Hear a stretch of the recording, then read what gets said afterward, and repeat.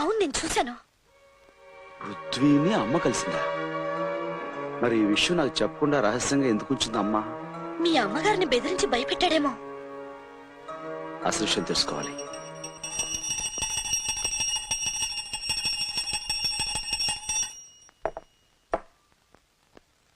అమ్మా, రాణి చాలా ముఖ్యమైన ఇన్ఫర్మేషన్ పట్టుకొచ్చిందమ్మా.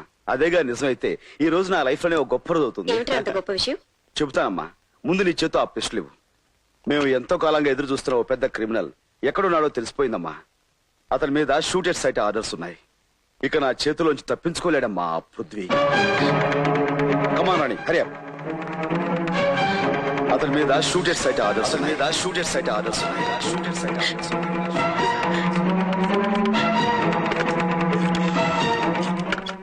హలో బాబు, నేనురా. విక్రమ్ నీ కోసం బయలుదేరాడు. నువ్వు కనపడితే కాల్ చేయమని ఆర్డర్స్ ఉన్నాయట. నువ్వు ఎలాగైనా అక్కడి నుంచి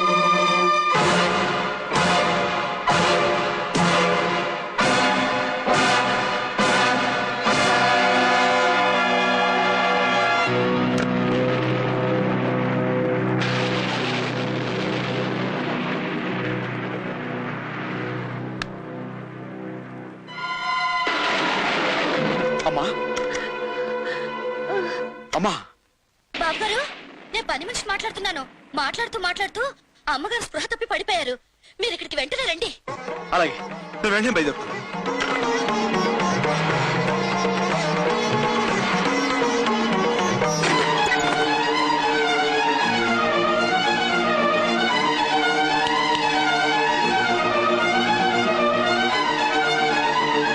పృథ్వీ,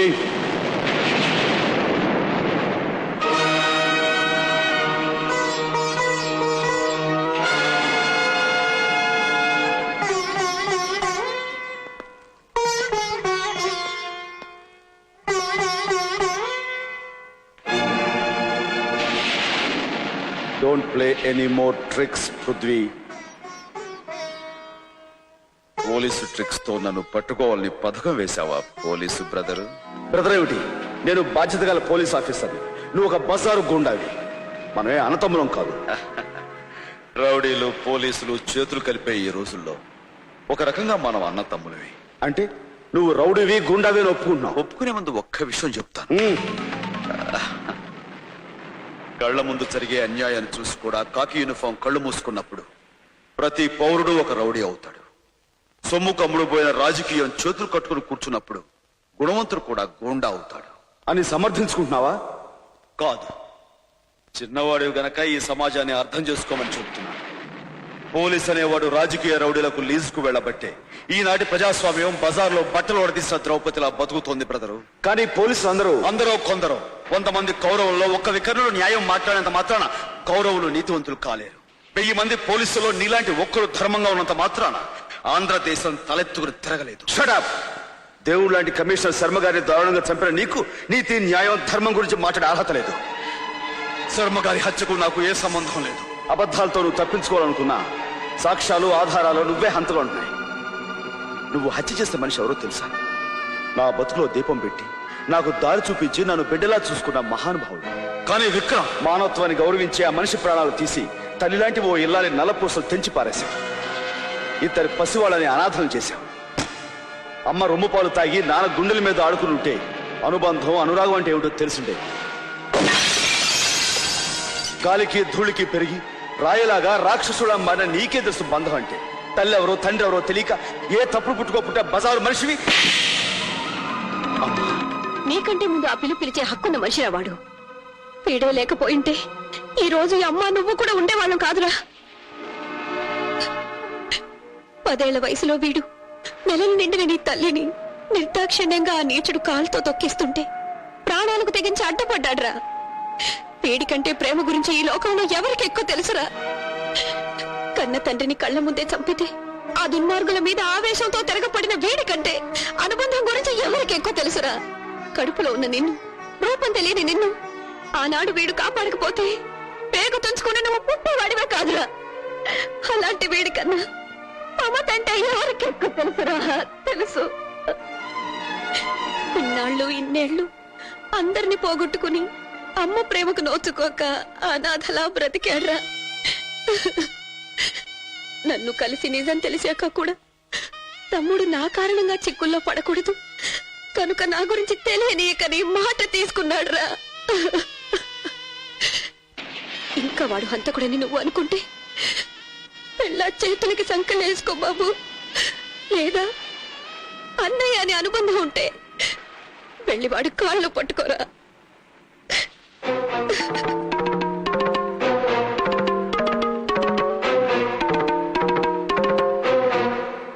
అన్నయ్య,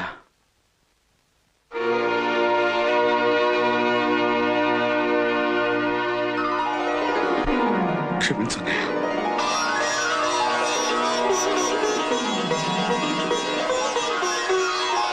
అన్నయ్య, విక్రమ్.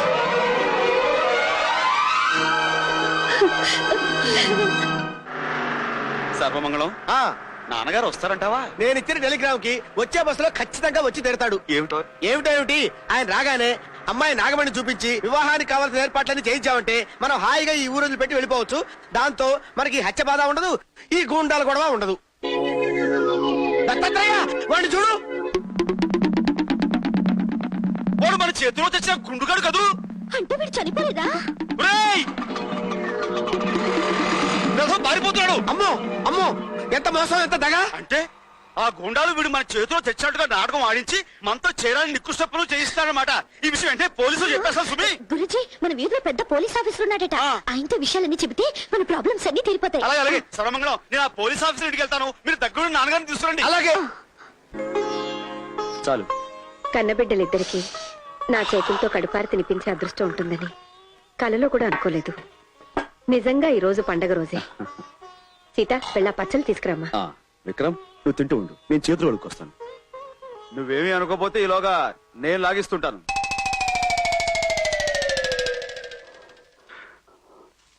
రాణి, ఈ కూరంటే అబ్బాయికి చాలా ఇష్టం, తీసుకెళ్ళమ్మా. అబ్బా రానయ్య, వేడి చల్లారిపోతే గారెలు రుచిగా ఉండవు. త్వరగా లాగించేసాయి. ఫిర్యాదు చేయడానికి వస్తే మర్యాద చేయటం ఈ పోలీస్ అయిన ఆచారం ఏమో. అబ్బా, ఇప్పుడే రావాలా ఫోను? అక్కడివి దొరికావు బాసు.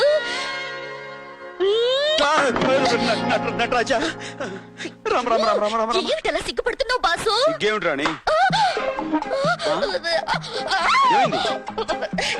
చిన్న పొరపాటైంది. బహుశా మీరనుకుని ఏ ముద్దో ఈయనకి చుంటుంది. ఇదిగో రాణి, ఆయన మీ ఆయన, ఈయన మా ఆయన. నటరాజా, నాగమణి, ఏమిటి విక్రమ్ గాలి? ఇద్దరు ముగ్గురు అయ్యారు.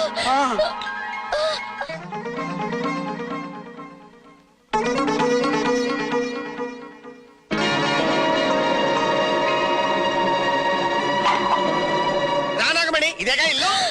ఓ my god, what is this? 1:3. గురువా గురువా గురువా, చెప్పు గురువా, నువ్వేనా గురువా? అయ్యి బాబోయ్, ఒక్కడవే వచ్చి ముగ్గురు అయిపోయావంటి గురువా. ఉండు, నేను చెప్తాను. చెప్పేది స్వామి రారా, స్వామి రారా, స్వామి నాగమణి. బాబు, నా బిడ్డల పోలికతో ఉన్నావు. ఎవరు నువ్వు? ఆ విషయం నన్నడగండి. నేను పెంచుకున్న ఈ దత్తాత్రేయుడెవరో నేను చెప్తానమ్మా. 25 ఏళ్ల క్రితం వర్షంలో ప్రసవ వేదనతో ఒక గుళ్ళోకొచ్చావు, గుర్తుందా తల్లి?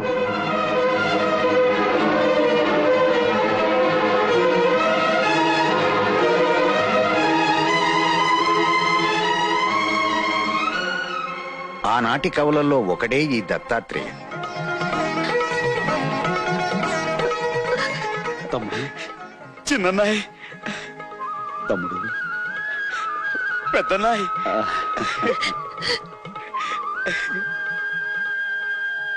బ్రహ్మ, విష్ణు, మహేశ్వర్ లాంటి ముగ్గురు మొనగాళ్ళని కన్న నీ జన్మ ధన్యం తల్లి. ఈనాటికిలా నీ బిడ్డల్ని కలవటం భగవత్ సంకల్పం. అమ్మా, అమ్మా,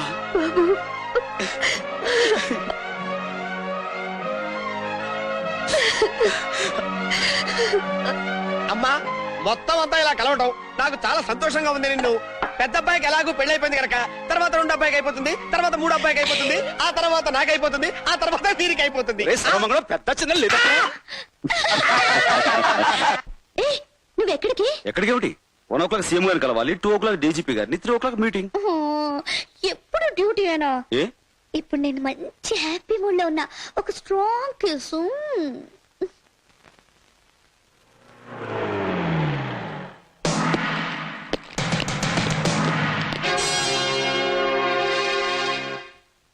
చూసావా సీఎం, నీ కుర్చీ ఎలా కదిలిపోయిందో?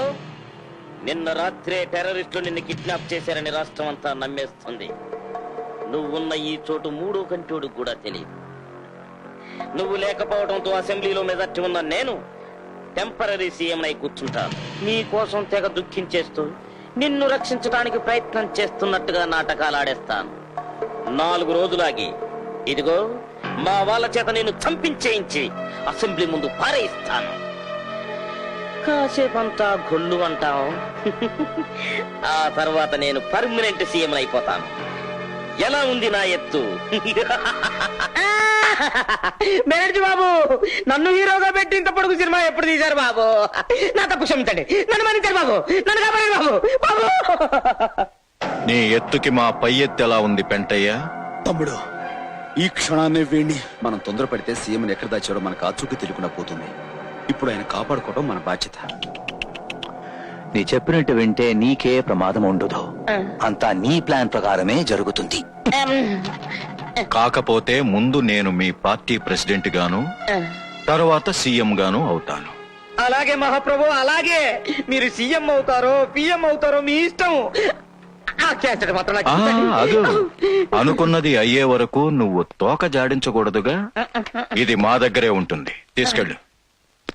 నువ్వు దాచిన సీఎం మా చేతుల్లోకి వస్తాడు. కమాన్. నా ఫోటోతో పాటు ఈ వీడియో క్యాసెట్ కూడా సంపాదిస్తే? అవును, ఈ క్యాసెట్ మనకి ఇప్పుడు చాలా అవసరం. సరే.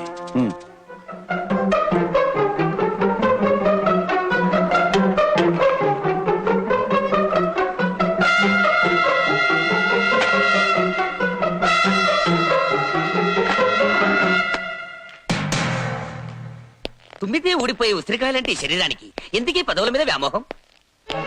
నటరాజా తమ్ముడు, మరేం పర్వాలేదు. అన్నయ్యలు మనం ఎంత అదృష్టవంతులు.